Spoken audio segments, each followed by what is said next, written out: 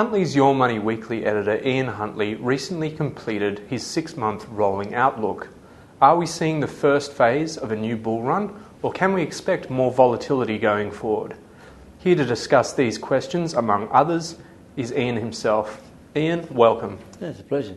Ian, what can we expect from the market going forward? Now, we've just had a very good rally, and I don't believe it's a bear market rally. But it wouldn't surprise me if whether we see a couple of big zigzags over the next couple of years as there's aftershocks and that type of thing comes through, a bit like after the 87 crash. It's also possible that we're in the first leg of a major new bull market. There will be a bull market, that is for sure. We might just be on the beginning, the lower slopes of the next bull market before it mightn't really get into movement until, say, 2011, 2012. Do you think we've seen the end to dividend cuts for reliable income-producing stocks? The history after a major crisis is that in the first year dividends are cut about 25%. That's pretty accurate for this year. The second year down 12%. And the third year steady, then the following 7 years dividend rises. That's the history over 100 years. How closely will the fate of our share market be tied to the BRICS economies, such as China? Over the next business cycle, which will run through the teens decade, I think we're going to see a very good metals picture. So I think the major miners like BHP and Rio will be good investments in a diversified portfolio over, thinking out. And an investor should. You should be looking at 2-3 years, not worried about what the hell's going to happen next week.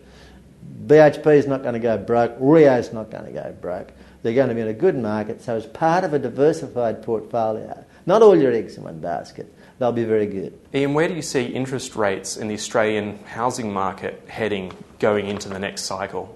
The Australian housing market is picking up. And I think it'll probably pick up for the next few years.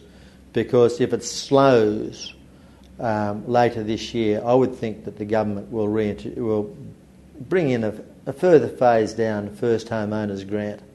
And secondly, if the economy is somewhat poor, I think the Reserve Bank will drop interest rates further. It's a balancing act.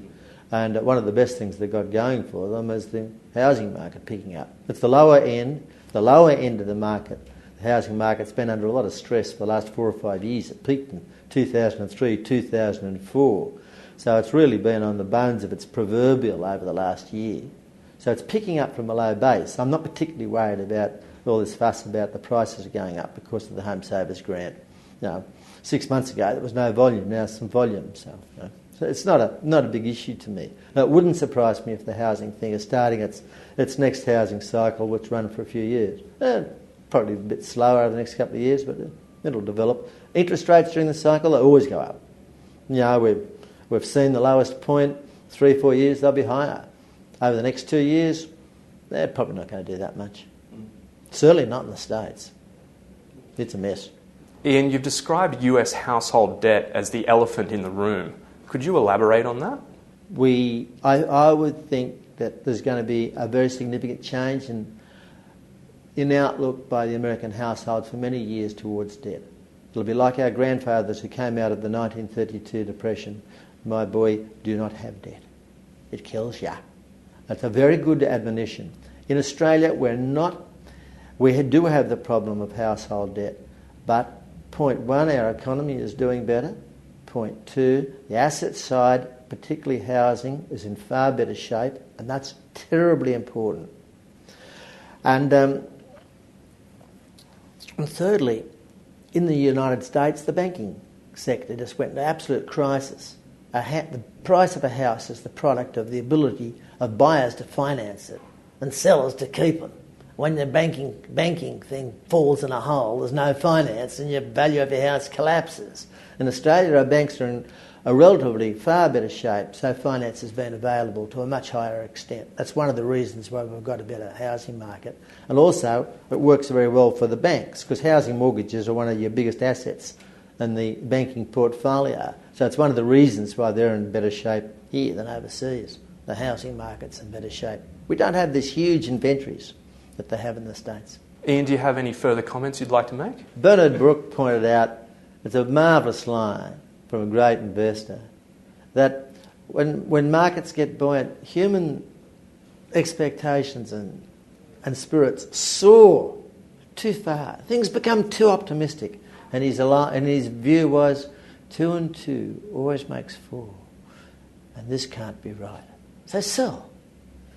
But on the other hand, when the thing is in depths of gloom, 2 and 2 still make 4. So in the depths of gloom, things should be bought.